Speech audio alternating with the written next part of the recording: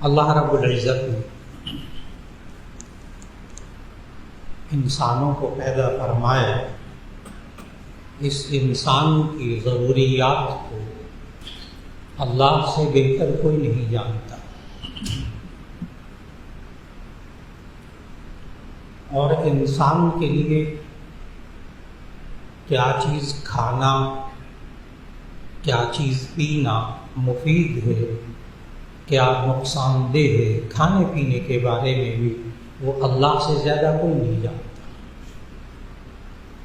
وہ انسان کی مشین کا خالق ہے، اسے معلوم کہ اس کو پیدا ہونے کے بعد کس خوراک کی ضرورت ہے۔ اس خالق نے پھر وہ خوراک ماں کے اندر پیدا کی، اور وہ ماں کا دودھ ہے۔ پوری سائنس نے زور لگا لیا، آج تک کوئی بھی سائنسدان کسی ایک ماں کے دودھ کا نعم البدل تیار نہیں کر سکے۔ یہ سائنس کا اعتراف ہے۔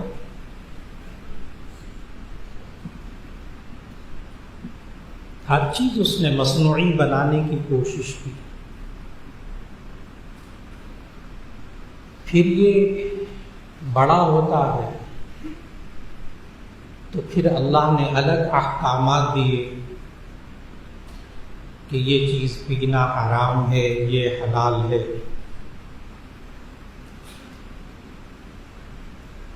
اور بڑا ہوا تو اللہ نے قرآن مجید میں سمجھایا یہ چیزیں کھانا حلال ہے، یہ چیزیں کھانا حرام ہے، ان جانوروں کا گوشت کھا سکتے ہو، ان کا گوشت نہیں کھا سکتے۔ خالق ہے، اس نے انسان کو پیدا کیا۔ چنانچہ بچے کی پیدائش کے فوراً بعد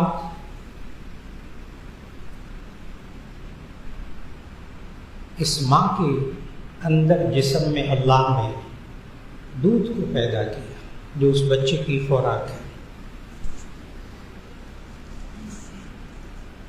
اب جتنے بھی ڈاکٹر ہیں، لیڈی ڈاکٹرز ہیں، سب یہی کہتے ہیں کہ ماؤں کو چاہیے کہ وہ ڈبے کا دودھ آخری چارہ کار ہو تو وہ ڈبے کا دودھ پلائے، اگر بچے کی جان کو خطرہ ہو کہ وہ دودھ نہیں اس کو میسر ہو رہا، ورنہ ماں دودھ پلائے۔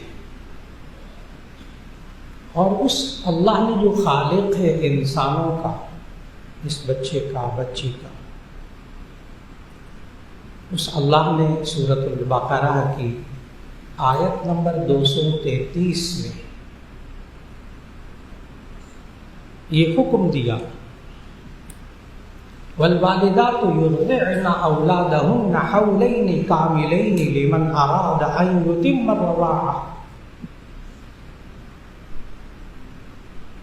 اور بڑے تفصیلی احکام دیے اللہ نے، بڑے باریک باریک احکام دیے اس آیت کے اندر۔ آج یہ والی آیت خاص طور پر نوجوان بچیوں کو جب شادی ہو جائے، اولاد ہونے کے قریب ہو، ان کو خوب سمجھایا جائے، شادی سے پہلے بھی سمجھایا جائے۔ آج ضرورت ہے کہ اولاد ہونے لگے تو اپنے بیٹوں کو بھی سمجھائیے، ابھی سے شروع سے ذہن بنائیں۔ بچے کی پیدائش کے بعد ماں دودھ پلائے، ذہن بنانا بڑا مشکل ہے، کیونکہ اس وقت وہ عورت طے کر چکی ہوتی ہے ہمارے معاشرے کی، یہ کام مجھ سے نہیں ہوتا۔ پڑھی لکھی خواتین، اور اس کا نتیجہ اس وقت تو نہیں معلوم ہوتا، لیکن جب بچہ 10-11 سال 7-8 سال 9 سال 10 سال کا بچہ ہو جاتا ہے، اس کے دانت بھرنے لگتے ہیں، اس کی ہڈیوں میں نقص پیدا ہوتا ہے، اس کے معدے میں نقص پیدا ہوتا ہے، اس کے جسم میں کوئی نقص پیدا ہوتے ہیں، تو اس وقت ڈاکٹر کہتے ہیں اس بچے کو ماں کا دودھ نہیں پلایا گیا، جس کی وجہ سے اس میں یہ کمی رہ گئی ہے، اب اس بیماری کے لیے ہم دوائیاں دے سکتے ہیں۔ اور ڈاکٹر 7-8 سال کے بچے کو بھی جا کر کہتے ہیں اس وجہ سے کہ اس نے دودھ نہیں پیا، جو اللہ نے بنایا، جو اللہ نے بنایا۔ اور پھر یہی ماں جو دودھ نہیں پلاتی، آخر کار دور جدید میں اب بریسٹ کینسر اتنا عام ہو گیا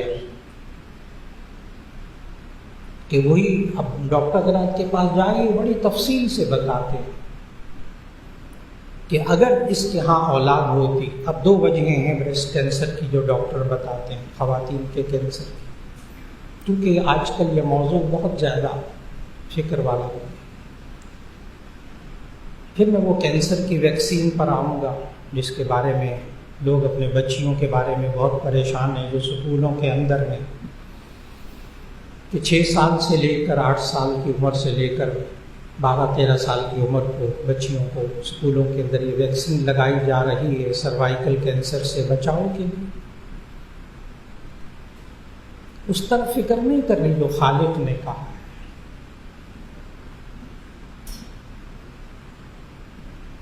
اور جو خالق نے کہا والوالدات یرضعن اولادہن حولین کاملین،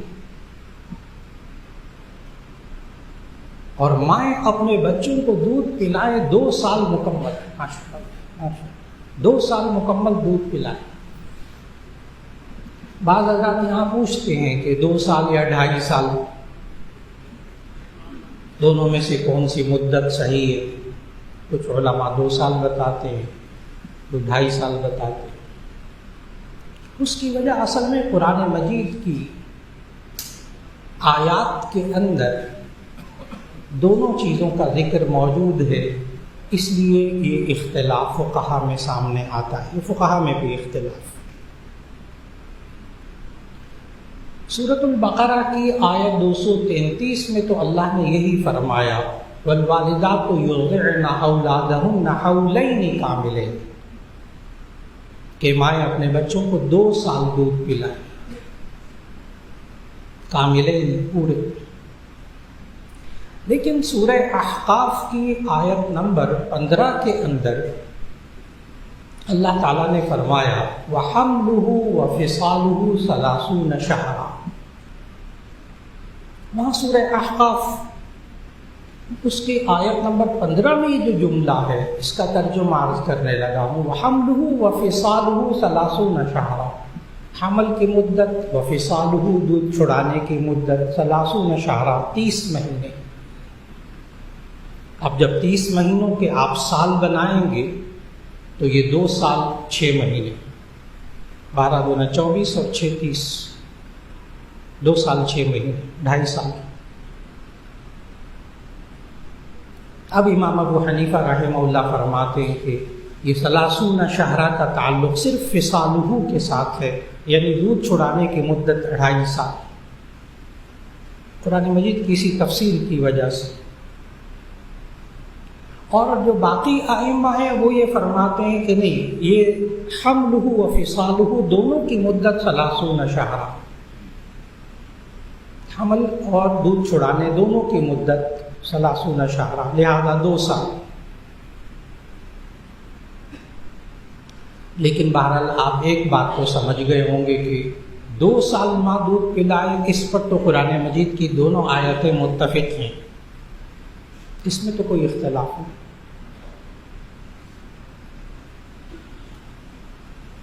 اور پھر اللہ تعالیٰ نے آگے فرمایا والوالدات یرضعن اولادہن حولین کاملین لمن اراد ان یتم الرضاعہ، ماں باپ مانگ پر لازم ہے کہ وہ 2 سال دودھ پلائے مکمل۔ وعلی المولود لہ، میں نے کہا اس آیت میں نا دودھ پیتے بچے اور ان کے ماں باپ کے لیے کتنی باریکی میں اللہ نے احکامات دیے. وَعَلَى الْمَوْلُودِ لَهُ رِزْقُهُنَّ وَكِسْوَتُهُنَّ بِالْمَعْرُوفِ. وَعَلَى الْمَوْلُودِ لَهُ، اور جس کا بچہ ہے یعنی باپ.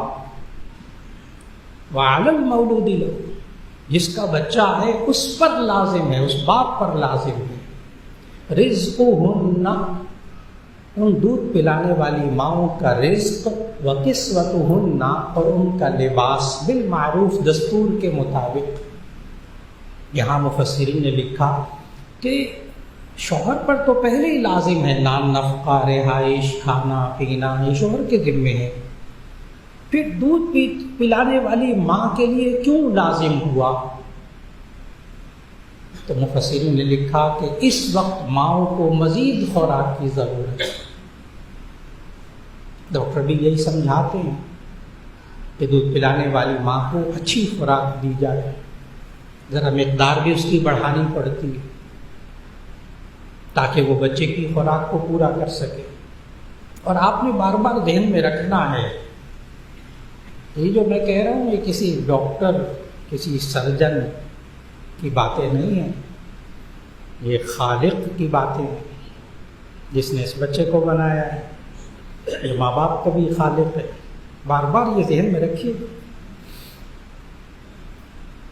یہاں یہ نہیں کہا جا سکے گا مولانا آپ کی بات سے مجھے اختلاف ہے، یہ نہیں کہا جا سکے گا، یہ تو قرآن ہے.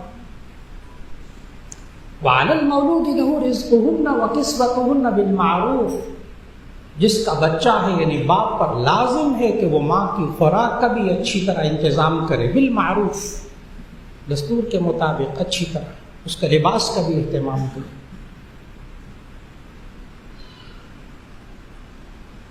معلوم ہوا کہ آج باپ کی ذمہ داریاں آ گئی. یہ ماں اس بچے کی خوراک کا انتظام کر رہی ہے. اب اس ماں کی فکر اس کے خوراک کی اور اس کے لباس کی فکر کرنا. ہمارے معاشرے میں اس پر توجہ نہیں دی جاتی. آپ حضرات جو بزرگ ہیں وہ جانتے ہیں کہ پرانی جو خواتین ہوتی تھیں وہ دودھ پلانے والی ماؤں کے لیے خصوصی خوراک تیار کرتی تھی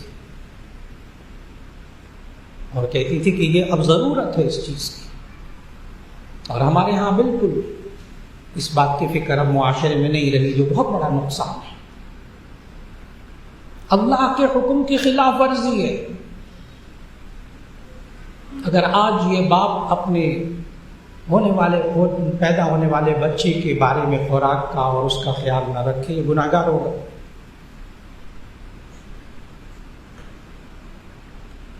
پھر آگے آیت میں اللہ نے فوراً فرمایا لا تکلف نفس الا وسعها، کسی جان کو تکلیف نہ پہنچائی جائے مگر اس کی وسعت کے مطابق. لا تکلف نفس الا وسعها، نہ پابند کیا جائے، نہ بوجھ ڈالا جائے، نہ پابند کیا جائے کسی کو اس کی مگر اس کی وسعت کے مطابق. آگے پھر اللہ تعالیٰ نے فرمایا لا تضار والدۃ بولدها ولا مولود له بولده. آیت پڑھیے گا، ترجمہ پڑھیے گا، بار بار اپنے بچیوں کو سمجھائیے کہ اس خالق نے کیا کہا ہے. لا تضار والدۃ بولدها، والدہ کو نقصان نہ پہنچایا جائے اس بچے کی وجہ سے. اور ہمارے معاشرے میں بچے کی پیدائش کے بعد بس چند دن کے بعد وہ برتن بھی دھوئے، کپڑے بھی دھوئے، سارے گھر کی صفائی بھی کرے، قطعاً خیال نہیں رکھتے کہ اب اس کا بالکل نیا جسم بنا ہے، نئی زندگی ہے، اتنی تکلیف سے اٹھ کر یہ آئی ہے، نہیں خیال رکھا جا رہا. اللہ کیا کہہ رہا ہے لا تضار والدۃ بولدها، اس بچے کی وجہ سے ماں کو نقصان تکلیف نہ پہنچے. ولا مولود له بولده، اور جو باپ ہے اس کو بھی اس بچے کی وجہ سے کوئی تکلیف نہ پہنچنے پائے.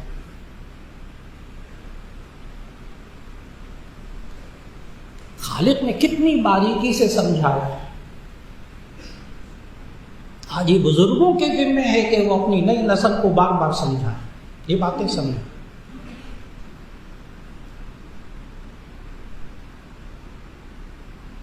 اور اگر اس پر عمل نہ ہو، اس آیت پر عمل نہ ہو، تو میں نے عرض کیا کہ مختلف بیماریاں سامنے آتی ہیں 7-8 سال کے بچوں کے اندر، 10-12 سال کے بچوں کے اندر، جب وہ بیماریاں ظاہر ہوتی ہیں، ہڈیوں کی بیماریاں، دانتوں کی بیماریاں، معدے کی بیماریاں، خون کی بیماریاں، مہلک بیماریاں، تب ڈاکٹر کہتے ہیں اس کو ماں کا دودھ نہیں دیا گیا، اپنے ڈبے کا دودھ دیا۔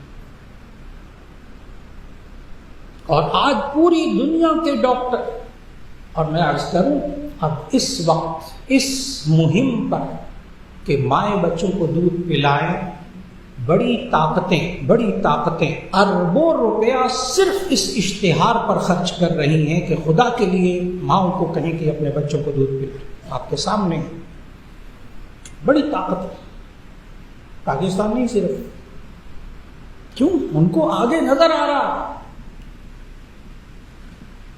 کہ آگے جدید ترین بیماریاں ان بچوں میں سامنے آ رہی ہیں، ان کے بچاؤ کے لیے ضروری ہے۔ آج وقت کا تقاضا ہے، اور پھر سارے ڈاکٹر متفق ہیں اس بات پر پوری دنیا کے کہ یہ ڈبے کا دودھ ماں کے دودھ کا نعم البدل نہیں ہے، اس لیے کہ فرق سمجھیے گا، مصنوعی چیز میں اور خالق کی بنائی ہوئی چیز میں فرق کیجیے۔ جیسے بعض حضرات جاتے ہیں عمر کے تقاضوں کی وجہ سے دانت جو ہے وہ کوئی گرنے لگتا ہے، کوئی ہلنے لگتا ہے، دانت کا آپریشن کرواتے ہیں، داڑھ کا آپریشن کروا دیے، ڈاکٹر صاحب نے پتہ نہیں کئی لاکھ روپیہ لے کر دانت لگا دیے۔ اب ڈاکٹر کے پاس جا کر کیا کہتا ہے یہ بندہ، ڈاکٹر صاحب ایسے دانت لگائیں جیسے پہلے کی طرح میں کھا پی سکوں، گوشت وہ سب چیزیں۔ اور ہر دوسرے تیسرے مہینے یہ ڈاکٹر کے پاس بھاگتا ہے دانت ٹھیک کروانے کے لیے، ڈاکٹر صاحب دانت ایسے ہونے چاہیے جیسے پہلے میرے ہوتے تھے۔ پھر ڈاکٹر صاحب سمجھاتے ہیں قدرتی چیز قدرتی ہوتی ہے، مصنوعی ہوتی ہے۔ اب وہ وقت بھول جائیں آپ جو قدرتی دانت ہوتے تھے، جو اللہ نے بنائے تھے، اب اس کا متبادل نہیں ہے، اب اسی طرح گزارا کریں، بالکل اسی طرح جو خالق نے رزق پیدا کیا اس بچے کے لیے، اس کی فکر کرنی ہوگی آج گھروں کے اندر، معاشرے کے اندر۔ اور یہ نقصان، پھر اگلا نقصان اس وقت ہمارے معاشرے کے اندر جو رجحان پڑ رہا ہے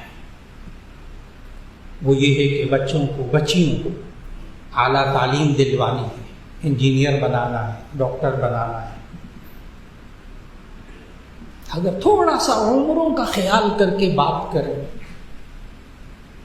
16 سال کی بچی میٹرک پاس کرے گی، اس کے بعد 2 سال کم از کم، بس 2.5 سال لگتے ہیں، 2 سال 2.5 سال اس کو لگ جائیں گے FSC کرنے میں، اس کے بعد 5 سال لگیں گے اس کے کم از کم میڈیکل کی لائن میں جانے کے لیے، ورنہ 6 سال۔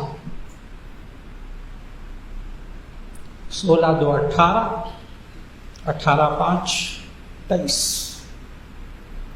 پھر اس کے بعد جب ڈاکٹر بن جائے تو اب رشتوں کی تلاش ہے، لیکن ابھی پہلے اسپیشلائزیشن کر لے، کیونکہ خالی MBBS تو کافی نہیں ہے۔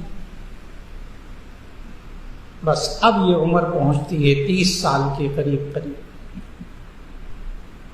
بڑا سوچنا ہوگا جو میں عرض کر رہا ہوں، اس لیے باتوں کو اہمیت دیجیے۔ 18 سال ایک میڈیکل یونیورسٹی میں فرسٹ آف MBBS کو پڑھاتا رہا، 8 سال ایک اور یونیورسٹی میں BDS ڈاکٹر کو پڑھاتا رہا، اس لیے باتوں پہ توجہ دیجیے گا کیا کہہ رہا ہوں۔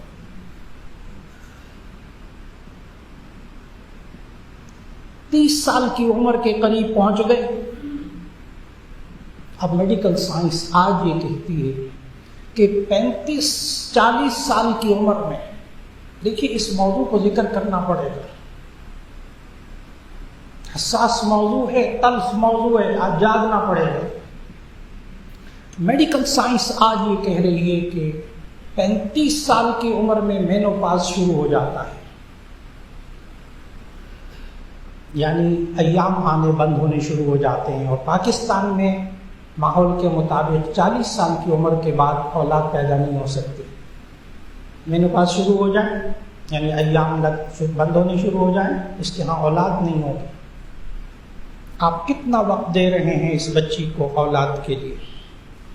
ماں باپ کو آج سوچنا پڑے گا، ورنہ ہاتھ سے نکل جائے گا معاملہ۔ نتیجہ یہ ہوتا ہے کہ شادیاں اس عمر میں ہوتی ہیں، پھر بچی کی جاب کا مسئلہ، پھر خلا کا مسئلہ، پھر خلا کا مسئلہ، شادی میں تاخیر، اولاد ہونے میں تاخیر۔ آج ایک ایک ڈاکٹر اربوں روپیہ، اب اس دوسری بات پر اربوں روپیہ خرچ کیا جا رہا ہے کہ خواتین کو کینسر سے کیسے بچائیں۔ اربوں ڈالر، روپیہ نہیں، اس وقت پوری دنیا میں اربوں ڈالر خرچ کیا جا رہا ہے کس طرح خواتین کو کینسر سے بچائیں۔ اور اس کی وجوہات جب تلاش کرنے جا رہے ہیں تو دو چیزیں، ایک ایک ڈاکٹر، یہاں بھی بڑے بڑے ڈاکٹر اس وقت موجود ہیں، سن رہے ہیں الحمدللہ بیٹھے ہوئے، ایک ایک بات کی تصدیق کریں گے۔ یہ دو وجوہات بتا رہے ہیں خواتین کے کینسر کے۔ نمبر ایک، شادی نہ کرنا۔ نمبر ایک، شادی نہ کرنا، یہ شادی لیٹ کرنا۔ نمبر دو، بچوں کو دودھ نہ پلانا۔ دنیا کے کسی ڈاکٹر سے جا کر پوچھ لیے خواتین کے کینسر کی وجوہات کیا ہیں، اور آپ کو سمجھ میں آ گیا ہوگا کہ خالق کے حکم کے خلاف زندگی گزاری بچیوں کی، آگے کچھ نہیں ہے، آگے کچھ نہیں ہے۔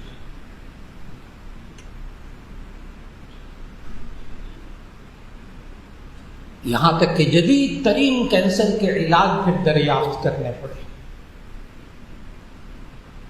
اور آج جدید ترین جو علاج ہے جو پاکستان میں بھی آ گیا، تقریباً 90% اس کا رزلٹ اچھا آ رہا ہے۔ یہ کوآبولیشن سینٹر جو آپ سن رہے ہیں آج کل کینسر کے علاج کے لیے، کہ اس میں اس کینسر کے اس خلیے کو -38 ڈگری پر جا کر اس کو ٹھنڈا کر کے اس کو ختم کر کے مارتے۔ یہ کوآبولیشن سینٹر کو بہت اچھی طرح جانتا ہوں اس مشین میں، لیکن اس کے بعد کی بھی کیا زندگی، کیسے پرورش ہوگی اولاد کی، آگے سارے خلا رہ جائے گی۔ اس لیے آج وقت کی بہت بڑی ضرورت کہ بچیوں کی شادیاں وقت پہ کی جائیں۔ جوان ہونے کے بعد شادی کر دیا، پڑھا لے آپ، بعد میں پڑھا لیں، اور کوئی حل نہیں رہا، اور کوئی حل نہیں رہا۔ اور پھر جب بچے ہو جائیں تو ان کو خالق کی کہنے کے مطابق ان کی پرورش کی جائے۔ پھر اللہ نے آگے اس آیت میں فرمایا والوالدات یرضعن اولادہن حولین کاملین، یہ ماؤں کو چاہیے کہ وہ 2 سال دودھ مکمل پلائیں، لمن اراد ان یتم الرضاعہ، جو چاہتا ہے کہ رضاعت دودھ پلانے کی مدت کو پورا کرے۔ وعلی المولود لہ رزقہن وکسوتہن بالمعروف، جس کا بچہ اس پر لازم ہے کہ دودھ پلانے والی ماں کا رزق، اس کا کھانا پینا اچھی طرح کرے، اس کے لباس کو اچھی طرح رکھے۔ لا تکلف نفس الا وسعها، کسی شخص کو، کسی ذات کو اس کی وسعت سے زیادہ مکلف پابند نہ کیا جائے۔ ولا تضار والدۃ بولدها، ماں کو اس کے بچے کی وجہ سے تک نقصان نہ پہنچنے پائے۔ ولا مولود له بولده، اور بچے کو بھی نقصان، ماں باپ بچے کے باپ کو بھی کسی طرح نقصان نہیں پہنچنا چاہیے اس بچے کی وجہ سے۔ وعلی الوارث مثل ذلک، اللہ خالق، وعلی الوارث مثل ذلک، اور اگر باپ کا انتقال ہو جائے، بچہ ہو جائے، تو وعلی الوارث مثل ذلک، اب وارث کے ذمہ ہے کہ وہ اس بچے کی ماں کے ساتھ اچھا سلوک کرے، ان کے کھانے پینے کا اور انتظام اچھا کرے۔ کیا اللہ نے بتایا؟ وعلی الوارث مثل ذلک۔ پھر آگے اللہ نے کہا فَإِنْ أَرَادَا فِصَالًا عَنْ تَرَاضٍ مِّنْهُمَا وَتَشَاوُرٍ فَلَا جُنَاحَ عَلَيْهِمَا۔ پھر یہ دونوں ماں باپ مشورے سے ایک مدت تک دودھ پلانے کے بعد چند ماہ قبل اگر چاہتے ہیں دودھ چھڑا لو۔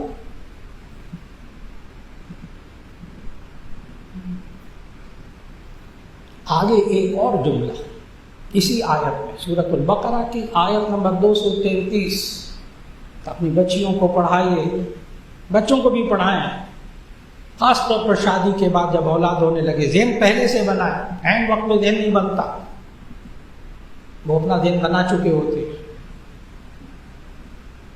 آگے آیت سننے والی وہ خالق ہے، وَإِنْ أَرَدْتُمْ أَن تَسْتَرْضِعُوا أَوْلَادَكُمْ فَلَا جُنَاحَ عَلَيْكُمْ۔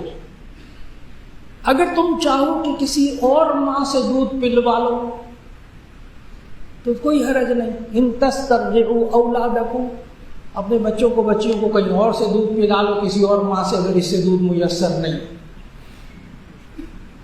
کیا کسی اور ماں کا دودھ اس کو پلایا جا سکتا ہے؟ جی ہاں، وہ اس کی رضائی ماں بن جائے گی، اور نبی صلی اللہ علیہ وسلم کی ذات مبارکہ کے ساتھ یہی ہوا۔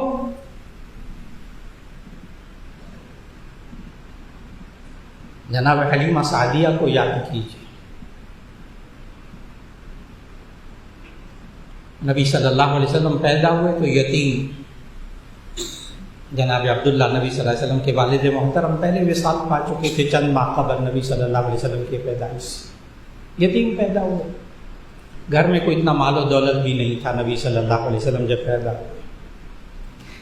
جناب حلیمہ سعدیہ کا بیان ہے روایت میں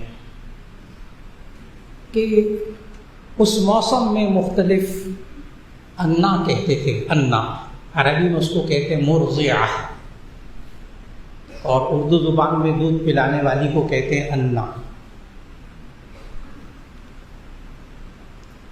تو وہ مرضعہ دودھ پلانے والی مختلف خواتین مکے میں آئیں، حضرت حلیمہ سعدیہ کا بیان، مختلف عورتیں دودھ پلانے والی آئیں تو ظاہر ہے ہر دودھ پلانے والی کی وہ آتی تھی دیہات سے، دیہات میں جو صحت مند عورتیں ہوتی تھیں، ان کی کوشش ہوتی تھی کہ ہم مالدار گھرانوں کے بچے لیں۔ اس وقت رواج تھا یہ کہ شہری ماحول میں رہنے والے بچے، پیدا ہونے والے بچوں کو دیہاتی عورتوں سے دودھ پلوایا جاتا تھا، صحت کے لیے، ایک تو صحت کے لیے، دوسرا ان کے پاس رکھا جاتا تھا، جو محدثین نے اس کی وجہ بتائی، حکمت بتائی کہ ایک تو صحت مند عورتیں ہوتی تھیں وہاں کی اس دور میں، اور دوسرا یہ ہے کہ زبان صاف ہو جاتی تھی، کیونکہ جو بدو عربی بولتے تھے وہ فصیح و بلیغ ہوتی تھی، تاکہ بچے کی زبان صاف ہو جائے۔ یہ الگ موضوع ہے انشاءاللہ، آئندہ جمعوں میں آ رہا ہے بچوں کی زبان پر کیسے محنت کی جائے، وہ ایک الگ موضوع ہے، کیونکہ ہمارے جمعوں میں سیرت طیبہ قدم بقدم عمر کے حساب سے یہ سلسلہ چل رہا ہے الحمدللہ۔ پہلے عرض کیا تھا کہ بچے کی پیدائش کے بعد کان میں اذان دینا، اقامت کہنا، پھر اس کے ساتھ ساتھ اس بچے کے عقیقے کے بارے میں بات ہوئی، بال کٹوانے کے بارے میں، زعفران ملنے کے بارے میں، بالوں کے وزن کے برابر چاندی خیرات کرنے میں۔ اس کے بعد آج کا موضوع تھا ایک حصہ کہ دودھ پلانا اپنے بچوں کو۔ تو نبی صلی اللہ علیہ وسلم کے بارے میں جناب سعدیہ حلیمہ سعدیہ کہتے ہیں کہ جتنی عورتیں تھیں وہ مالدار گھرانوں کے پاس چلی گئیں بچوں کو لیا، کیونکہ پیسے دینے پڑتے تھے، پیسے دینا جائز، دودھ پلانے والی عورت کو پیسے دینا جائز، ان کی خدمت کرنا، کپڑوں کے لیے، لباس کے لیے وغیرہ۔ تو حضرت حلیمہ سعدیہ کہتی ہیں کہ میں جب آئی تو یہ غریب گھرانہ، نبی صلی اللہ علیہ وسلم کا گھرانہ، یہ ان میں بچہ ملا مجھے۔ اور حلیمہ سعدیہ کہتی ہیں، بڑی عجیب جملے ہیں حضرت حلیمہ سعدیہ کے روایت میں، وہ کہتی ہیں کہ جب میں آئی تو یہی تھا کہ کوئی بچہ مل جائے گا دودھ پلانے والا، لیکن ہمارے گھر کی یہ حالت تھی، حضرت حلیمہ سعدیہ کہتی ہیں ہمارے گھر کی غربت کی یہ حالت تھی کہ ہم بھی کمزور ہو چکے تھے، اور جو ہمارے جانور تھے نا وہ بھی، بکریاں جو تھیں نا وہ بھی کمزور ہو گئی تھی، اور جو اونٹنیاں تھیں وہ بھی کمزور ہو گئی تھی، ہمارے گھر میں غربت تھی۔ حلیمہ سعدیہ کہتی ہیں کہ میں نے محمد صلی اللہ علیہ وسلم اس بچے کو گود میں لیا کہ اب پیسے تو ملنے نہیں زیادہ، لیکن لے لیا اور کوئی بچہ رہا نہیں. کہتی میں گھر میں آ گئی تو جناب حلیمہ سعدیہ کہتی ہیں جس دن سے بچپن میں محمد صلی اللہ علیہ وسلم دودھ پیتے بچے میرے گھر میں آئے، آتے ساتھ اتنی برکت ہوئی کہ بکریوں کے تھن دودھ سے بھر گئے، اور وہ جو روٹنیاں تھیں ان میں بڑی برکت ہو گئی، اور میرے گھر میں بڑی برکت ہو گئی بچپن میں محمد صلی اللہ علیہ وسلم کے وہاں جانے پر. یہ حلیمہ سعدیہ کا بیان ہے، اتنی برکت ہو گئی. وہاں اس وقت دودھ پلوایا جاتا تھا، تو دودھ پلانا دوسری عورت سے جائز، وہ بھی اس کی ماں بن جائے گی. پھر اس میں احتیاطی تدابیر، اور پھر اس کے ساتھ احتیاطی تدابیر میں کہ جو رشتے بنیں گے ان کے بارے میں احتیاط کرنا ہوگی. لیکن دور جدید میں اس چیز کو باہر کے ملکوں میں بھی اور اب پاکستان میں بھی شروع ہونے لگا تھا، اس پر علماء نے بڑی توجہ دی. اس پر بھی بہت سوالات آتے ہیں. مدر ملک بینک، بڑے سوالات اٹھ رہے ہیں، اور پاکستان میں بھی یہ وجود میں آ گئے ہیں مدر ملک بینک. اس میں علماء نے بہت محتاط ہونے کو کہا. نمبر ایک تو یہ ہے کہ انسان کے اعضاء کو، عورت کے دودھ کو بیچنا جائز نہیں ہے. یہ جو دودھ پلانے والی کو دیتے ہیں اس کے رزق، اس کے کھانے پینے کے اخراجات اس کے لیے دیے جاتے ہیں، اس کے دیکھ بھال کا معاوضہ دیا جاتا ہے، لیکن دودھ بیچنا جائز نہیں. انسان کا کوئی گردہ بیچنا، کوئی خون بیچنا بھی جائز نہیں. ایک دوسرے کو خون لگاتے ہیں جان بچانے کے لیے، وہ درست، لیکن بیچنا جائز نہیں. گردہ بیچنا جائز نہیں، اور چیزیں اعضاء بیچنا جائز نہیں. وہ الگ بات کہ زندگی بچانے کے لیے انسانی اعضاء کی پیوند کاری کی گنجائش فقہا نے دی ہوئی. بالکل اسی طرح دوسری عورت سے استرضاع، یعنی دودھ تو پلوا سکتے ہیں، اس کو ادائیگی بھی کر سکتے ہیں، لیکن عورت کے دودھ کو بیچنا جائز نہیں. اس لیے مدر ملک بینک جو قائم ہوئے ہیں اس میں ایک قباحت تو یہ ہے کہ دودھ بیچا جاتا ہے، اور دوسری قباحت یہ ہے کہ کچھ پتہ نہیں ریکارڈ میں کہ کس کا دودھ ہے. اور آپ اچھی طرح دھیان میں رکھیں، مدر ملک بینک سے جس عورت کا دودھ پیا وہ اس کی ماں بن گئی، رضائی ماں بن گئی، رشتے خلط ملط، نسب خلط ملط، یہ بہت بڑا نقصان. پھر اس کے بعد علماء نے بڑی تحقیقات ہو رہی ہیں، اس پر بڑا کام ہو رہا ہے، علماء فقہی کام کر رہے ہیں کہ اتنی احتیاطی تدابیر اختیار کی جائے، پھر کہیں جا کر اس میں گنجائش نکلے. تو ایک بات تو یہ سمجھنے والی آج کی اس نشست کے اندر. دوسری بات بچوں کے بارے میں کہ بچوں کے اچھے نام رکھیں، بچوں کے اچھے نام رکھیں. یہ نبی صلی اللہ علیہ وسلم کے حدیث کا مفہوم کہ اول ما نحل والد لولد اسمه فليحسن اسمه. بڑا عجیب جملہ ہے یہ. اول ما نحل والد لولد اسمه. باپ اپنے بچے کو جو سب سے پہلا تحفہ دیتا ہے نا، گفٹ تحفہ، وہ اس کا نام ہوتا ہے. اسے چاہیے اچھا نام رکھے. وہ اچھا نام کیا ہوتا ہے؟ نبی صلی اللہ علیہ وسلم نے اس کی خصوصیات بتائیں. نمبر ایک، اس نام میں شرک نہ ہو. شرک نہ ہو. جیسے حضرت ابو ہریرہ رضی اللہ تعالیٰ عنہ کا نام اسلام لانے سے پہلے عبد شمس تھا، سورج کا بندہ. شرکیہ نام. نبی صلی اللہ علیہ وسلم نام بدلا، عبد الرحمن نام رکھا. تو نبی صلی اللہ علیہ وسلم نے ایک تو یہ بتایا شرک نہ ہو اس نام کے اندر، جیسے حضرت ابو ہریرہ رضی اللہ تعالیٰ کا نام بدلا. نمبر دو، اچھا نام وہ ہوتا ہے کہ جس کا مطلب اچھا ہو، مفہوم اچھا ہو.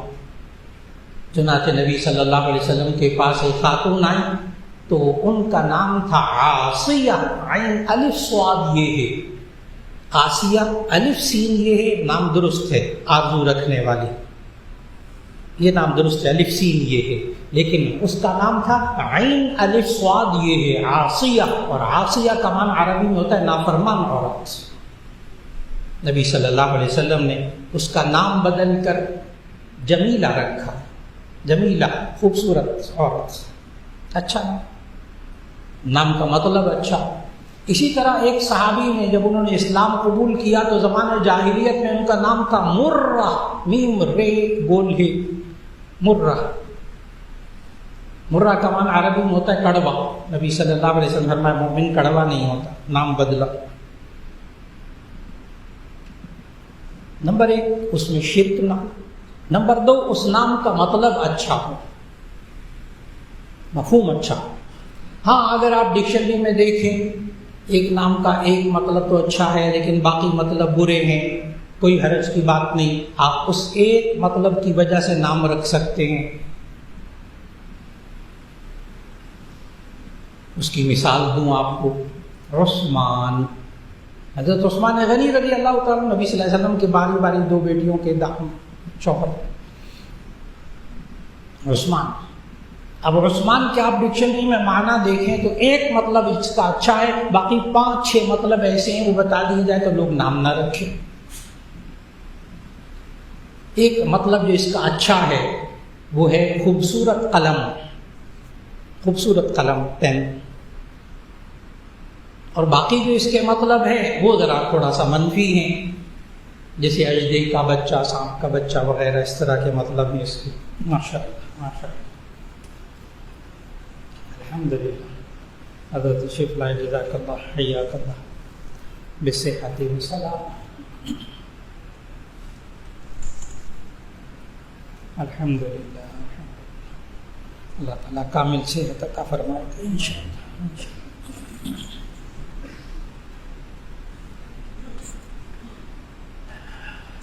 تو عرض کر رہا تھا اچھا نام، اس میں ایک بات کہ اس میں شرک نہ موجود نہ ہو، جیسے عبد الشمس حضرت ابو ہریرہ رضی اللہ کا نام بدلا۔ نمبر 2 اس کا مطلب اچھا ہو، اگر مطلب برا ہو بچے کا نام بدل دیجیے۔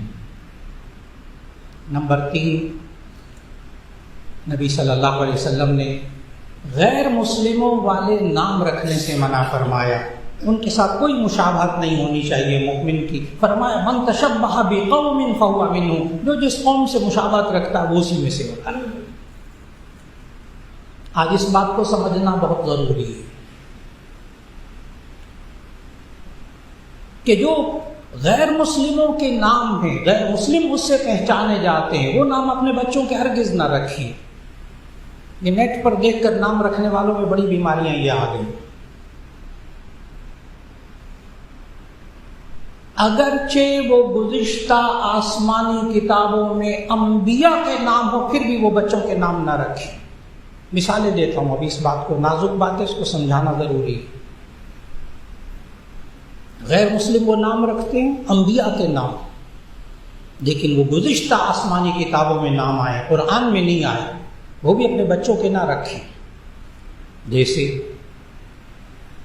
بائبل میں داؤد علیہ السلام کو ڈیوڈ لکھا ہوا ہے، داؤد علیہ السلام، ان کا نام ڈیوڈ ہے وہاں۔ اب ہمارے یہاں بہت ہو رہا ہے، اچھا جن کے بچے باہر گئے ہوئے ہیں، بچیاں باہر گئی، شادی کر دی وہاں، ٹھیک، اب وہاں وہ جی میں نے اپنے بچے کا نام ڈیوڈ رکھا، پوچھا کیوں رکھا؟ کہتے ہیں کہ نبی کا نام ہے۔ جی بالکل درست ہے، لیکن یہ عیسائیوں کی پہچان ہے۔ میں نے کہا بہت سے مسلمان بچے بچیاں وہاں غیر ملکوں کے، باہر کے ملکوں میں اپنے بچوں کا نام ڈیوڈ رکھ رہے ہیں، غلط، ناجائز، یہ تو غیر مسلموں کی پہچان ہے۔ تو داؤد علیہ السلام کو بائبل کی زبان میں ڈیوڈ، آپ داؤد رکھیں گے اپنے بچوں کا نام، ڈیوڈ نہیں رکھیں گے۔ یوسف، قرآن مجید میں حضرت یوسف علیہ السلام کا نام، لیکن بائبل میں اس کا نام جوزف، یوسف علیہ السلام جوزف، آپ اپنے بچے کا نام جوزف نہیں رکھیں گے، یوسف رکھیں گے۔ بائبل میں اسحاق علیہ السلام کو آئزک کہا گیا، مشہور نام آئزک، اور آئزک اسحاق علیہ السلام، لیکن آپ اپنے بچے کا نام آئزک نہیں رکھیں گے۔ سلیمان علیہ السلام، بائبل میں اس کو سولومن لکھا ہے۔ پاکستان کے بہت بڑے ایک کرسچن ڈاکٹر ہیں، کارڈیالوجسٹ بھی ہیں اور ریڈیالوجسٹ ہیں وہ، تو ان کا نام سولومن، کرسچن ہے جی۔ بائبل میں سولومن آتا ہے، قرآن میں سلیمان آتا ہے، آپ اپنے بچوں کا نام سلیمان رکھیں گے۔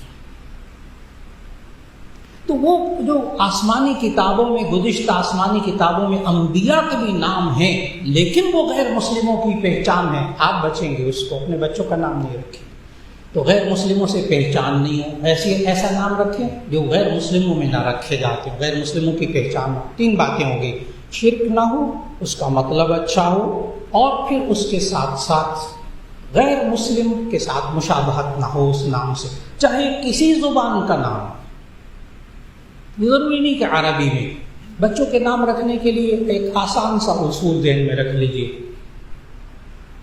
200 نام تو ابھی بتا دیتا ہوں، جتنے اللہ تعالیٰ کے نام ہیں اس میں سوائے چند ایک ناموں کے، باقی سب کے ساتھ لفظ عبد لگائیں، لڑکے کا نام تیار، عبد العلیم، عبد الحفیظ، عبد الغفار، عبداللہ، عبد الرحمن۔ نبی صلی اللہ علیہ وسلم کو یہ 2 نام بہت پسند تھے، عبداللہ اور عبد الرحمن۔ پھر اسی طرح محمد صلی اللہ علیہ وسلم کے جو صفتی نام ہر قرآن مجید کے نا، وہ گتے میں ایک طرف اللہ کے نام لکھے ہوتے ہیں، ایک طرف محمد صلی اللہ علیہ وسلم کے نام رکھے ہوتے ہیں، تو وہ آپ محمد صلی اللہ علیہ وسلم کے نام بھی 99 نام وہاں لکھے ہوتے ہیں، 99 نام وہاں لکھے ہوتے ہیں، 200 کے قریب کا نام ابھی آپ کو معلوم ہوگا۔ اسی طرح بچیوں کے نام کوشش کیجیے صحابہ اور صحابیات کے نام پر ہوں، کوشش کریں۔ اور پھر اس کے ساتھ ساتھ اگر یہاں بھی علماء نے لکھا، محدثین نے لکھا، اگر انبیاء کے نام آپ رکھ لیں اور ان کا مطلب نہ معلوم ہو تو یہ جائز ہے۔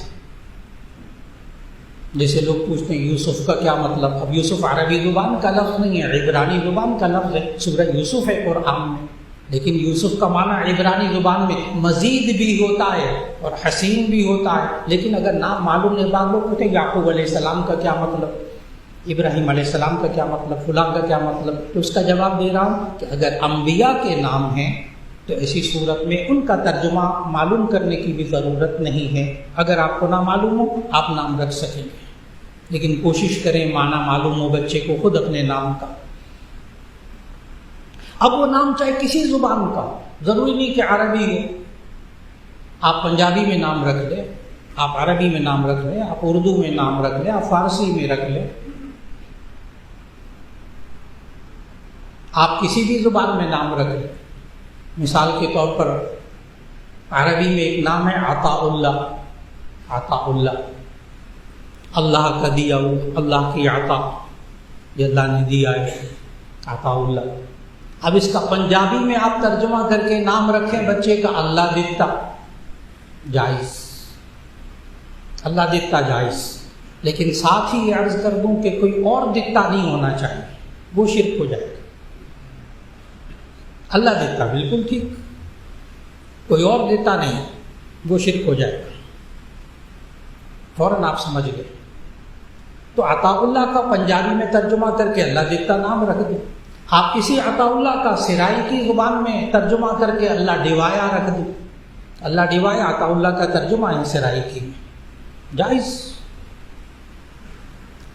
تو بچوں کے نام رکھتے ہوئے علماء سے مشورہ کر لیجیے، ہر جگہ علماء ماشاءاللہ موجود ہے، نیٹ پر سہارا نہ لیں، ایک گزارش، نیٹ پر سہارا نہ لیں، کیونکہ بہت سامنے آتا ہے، وہ جی نیٹ میں یہ لکھا تھا، نیٹ میں اس کا معنی جنت ہے، اس کا معنی حور ہے، اس کا معنی فلاں ہے، جی غام کا کوئی سند نہیں، کوئی بات نہیں، اور یہ بھی نہیں پتا ہوتا کس زبان کا لفظ ہے، ایسا نہ کیجیے۔